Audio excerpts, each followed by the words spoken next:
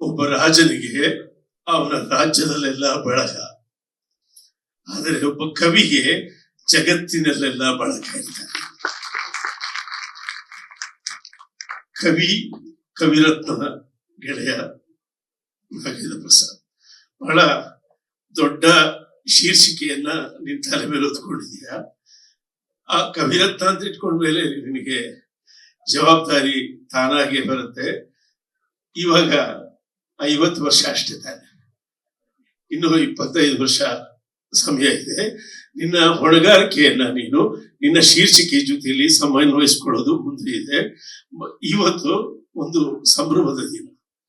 ಅಂದ್ರೆ 50ನೇ ವರ್ಷಕ್ಕೆ ಇಷ್ಟು ದೊಡ್ಡ ಸಂಭ್ರಮವನ್ನು ಆಚರಿಸಿಕೊಳ್ಳುವಂತಹ ಒಂದು ಅನುಕೂಲ ಮತ್ತು ಸಾಧನೆ ಸಿಕ್ಕಿದೆಯಲ್ಲ, ಅದು ಬಹಳ ಹೇಳ್ಕೊಳ್ಳುವಂತ ವಿಷಯ, ಹೆಮ್ಮೆ ಪಡುವಂತ ವಿಷಯ. ಇವತ್ತು ಈ ವೇದಿಕೆ ಕೂಡ ತುಂಬಾ ಚೆನ್ನಾಗಿದೆ. ಸಂಗೀತಕ್ಕೆ ಸಕಲ ದೈವಗಳು ಮಾನ್ಯ, ಸಂಗೀತಕ್ಕೆ ಸಕಲ ದೈವಗಳು ಮಾನ್ಯ, ಸಾಹಿತ್ಯಕ್ಕೆ ಅನ್ಯವೆಂಬುದೇ ಇಲ್ಲ. ಸಂಗೀತಕ್ಕೆ ಸಕಲ ದೈವಗಳು ಮಾನ್ಯ, ಸಾಹಿತ್ಯಕ್ಕೆ ಅನ್ಯವೆಂಬುದೇ ಇಲ್ಲ. ಅನ್ಯೋನ್ಯವೆಂಬುದೇ ಸರ್ವಧರ್ಮಗಳ ಸಲ್ಲಕ್ಷಣ.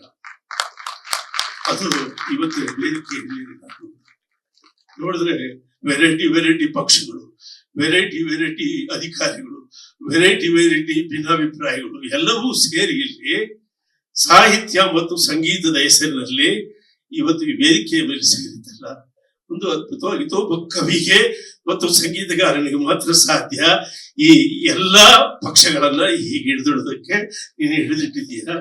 ನೋಡಿದ್ರೆ ನೀನ್ ಕೂಡ ಇರೋ ರಾಜಕಾರಣದ ಕಡೆ ತಲೆ ಹಾಕೋ ತರ ಕಾಣಿಸ್ತಾ ಇದೆ. ನೋಡಮ್ಮ, ಇರೋದು ಒಂದು ಹಿಂಸು. ಜೀವನದಲ್ಲಿ ದುಡ್ಡು ಬರೋ ಕೆಲಸ ಯಾವ್ದಿದ್ರು ಮಾಡು, ತೃಪ್ತಿ ಬರೋ ಕೆಲಸ ಯಾವ್ದಿದ್ರು ಮಾಡು, ಹೆಸರು ಬರೋ ಕೆಲಸ ಯಾವ್ದಿದ್ರು ಮಾಡು, ಆದ್ರೆ ಪ್ರಾಂಪ್ಟ್ ಆಗಿ ಮಾಡು, ಪರ್ಫೆಕ್ಟ್ ಆಗಿ ಮಾಡು. ಇಷ್ಟೇ ವಿಷಯ. ಓಕೆ, ನೀನು ಒಂದು ದೊಡ್ಡ ಪರಂಪರೆಯ ಉತ್ತರಾಧಿಕಾರಿಯಾಗಿದ್ದೀಯ. ಜಿ ಸದಾಶಿವಯ್ಯನವರು ನಮ್ಮ ಕನ್ನಡ ಚಿತ್ರರಂಗದ ರಂಗಗೀತೆಗಳನ್ನ, ಚಿತ್ರಗೀತೆಗಳನ್ನ ಮಾಡಿದ ಆದ್ಯರಲ್ಲಿ ಒಬ್ಬರು. ರಂಗಗೀತೆಗಳನ್ನ ಚಿತ್ರಗೀತೆಗಳನ್ನಾಗಿ ಮಾಡಿದ ಆದ್ಯರಲ್ಲಿ ಜಿ ಸದಾಶಿವಯ್ಯನವರು ಅಂದ್ರೆ ನಿಮ್ ತಂದೆಯವರು, ತಾತ. ಜಿ ಸದಾಶಿವಯ್ಯನವರಿಂದ ಹಿಡಿದು ವಿಜಯ ನರಸಿಂಹವರೆಗೂ ಒಂದು ದೊಡ್ಡ ಪರಂಪರೆ ಇದೆ. ಅದಾದ ಮೇಲೆ ಜಿ ಉದಯಶಂಕರ್ ಅವರಿಂದ ಹಿಡಿದು ಈಗ ನಮ್ಮ ವ್ಯಾಸರಾಯರವರೆಗೂ ಒಂದು ದೊಡ್ಡ ಪರಂಪರೆ ಇದೆ. ಇವರೆಲ್ಲ ರಂಗಗೀತೆಯನ್ನ ಚಿತ್ರಗೀತೆ ಮಾಡಿ ಅವಕಾಶಕ್ಕೆ ಗೌರವ ಕೊಟ್ಟು, ಭಾವನೆಗೆ ಬೆಲೆ ಕೊಟ್ಟು ಕೆಲಸ ಮಾಡಿದವರು. ಒಬ್ರು ಸಂಭಾವನೆಯಿಂದ ಸಂತೃಪ್ತರಾದವರು ನನಗೆ ಗೊತ್ತಿರೋ. ನಿಜವಾಗಿಯೂ ಹೇಳಬೇಕಂದ್ರೆ ಹುಣಸೂರು ಕೃಷ್ಣಮೂರ್ತಿಗಳ ಒಂದು ಪರಂಪರೆ ಇದೆ. ಅಂದ್ರೆ ಜನಪದರನ್ನ, ಸಾಮಾನ್ಯರನ್ನ ತಲುಪಿದ ದೊಡ್ಡ ಗೀತ ಚಿತ್ರಕಾರ ಹುಣಸೂರು ಕೃಷ್ಣಮೂರ್ತಿ. ಆ ಪರಂಪರೆಯಲ್ಲಿ ನಾವೆಲ್ಲ ಬರ್ತೀವಿ. ನಾನು ನಾಗೇಂದ್ರ ಪ್ರಸಾದ್ ಸ್ವಲ್ಪ ಹುಣಸೂರು ಕೃಷ್ಣಮೂರ್ತಿಗಳು ಸಂಭಾವನೆ ನೋಡಿದ್ರು. ಆದ್ರೆ ನಿಜವಾಗಿಯೂ ಈ ವೃತ್ತಿಯಲ್ಲಿ ಸಂಭಾವನೆ ನೋಡಿದವರು ಕರ್ನಾಟಕದಲ್ಲಿ ಹಂಸಲೇಖ ನನ್ನನ್ನು ಮೀರಿಸಿದವರು ನಾಗೇಂದ್ರ ಪ್ರಸಾದ್. ಅಂದ್ರೆ ಒಂದು ಕ್ರಿಯೇಟಿವಿಟಿ ಜಾಬ್ ಅದನ್ನ ಒಂದು ಕಾರ್ಪೊರೇಟ್ ಸಿಸ್ಟಮ್ ನಲ್ಲಿ ಕೆಲಸ ಮಾಡೋದಿದೆಯಲ್ಲ, ಅದಕ್ಕೆ ಒಂದು ಜಾಣತನ ಬೇಕು. ಜಾಣತನ ನಮ್ಗೆ ಅಷ್ಟೊಂದು ಜಾಣತನ ಇಲ್ಲ. ನೀನ್ ಸ್ವಲ್ಪ ಜಾಣ ಇದೆಯಾ. ತನ್ನ ಕ್ರಿಯೇಟಿವಿಟಿ ವರ್ಕ್ ಅನ್ನ ಕಾರ್ಪೊರೇಟ್ ಸಿಸ್ಟಮ್ ನಲ್ಲಿ ನಗ್ತಾ ತಮಾಷೆ ಮಾತಾಡ್ತಾ, ಅವ್ರಿಗೂ ಊಟ ಕೊಡಿಸ್ತಾ, ಇವನು ತಿಂತ, ಬೇಕಾದಷ್ಟು ದುಡ್ಡು ಇಸ್ಕೊಳ್ತಾ, ಮಾರ್ಕೆಟಿಂಗ್ ಮಾಡ್ಕೊಳ್ತಾ ಪ್ರಭಾವಿಯಾಗಿ ಬೆಳೆಯೋದೈತೆ. ಆತ ಕೈ ಆಡಿಸ್ತಾ ಇರೋ ಜಾಗ ಇಲ್ಲ.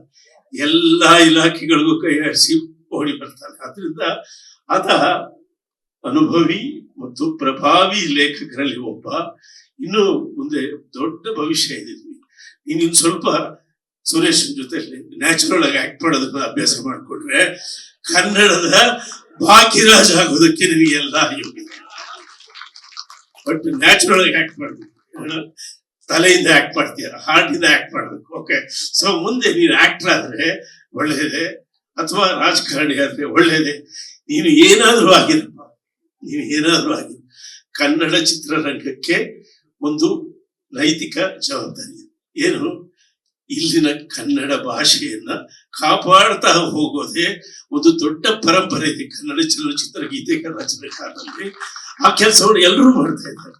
ಇತ್ತೀಚೆಗೆ ಸಿನಿಮಾದಿಂದ ಕನ್ನಡ ಆಚೆ ಹೊಡೋಗ್ಬಿಟ್ಟಿದೆ. ಅದನ್ನ ಮತ್ತೆ ಒಳಕ್ಕೆ ಎಳಿಬೇಕು. ಆ ಕಡೆ ಏನೇನ್ ಕೆಲಸ ಮಾಡ್ಬೇಕು ನೀನು ಮಾಡ್ಬೇಕಾದ್ದು ನಿನ್ನ ಜವಾಬ್ದಾರಿ ಇದೆ.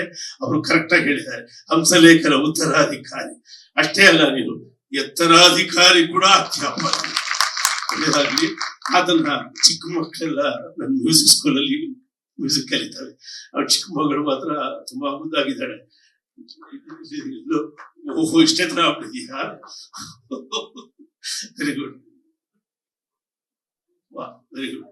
ಸೊ ಹಾಗಾಗಿ ನಿನ್ನ ಮುಂದಿನ ಭವಿಷ್ಯವನ್ನು ಪ್ಲಾನ್ ಮಾಡಿ ರಾಜಕಾರಣಿಯಾಗು ಅಥವಾ ನಿರ್ದೇಶಕನಾಗು, ನಟನಾಗು, ನಿರ್ಮಾಪಕನಾದ್ರೆ ಬಹಳ ಒಳ್ಳೇದು.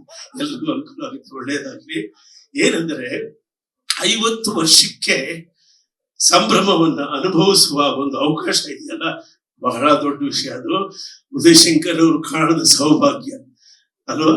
ಪ್ರಭಾಕರ್ ಶಾಸ್ತ್ರಿಗಳು ಕಾಣದ ಸೌಭಾಗ್ಯ. ಅವ್ರು ಯಾರು ಕಾಣದ ಸೌಭಾಗ್ಯವನ್ನು ನೀನು ಕಾಣ್ತಾ ಇದೆಯಾ?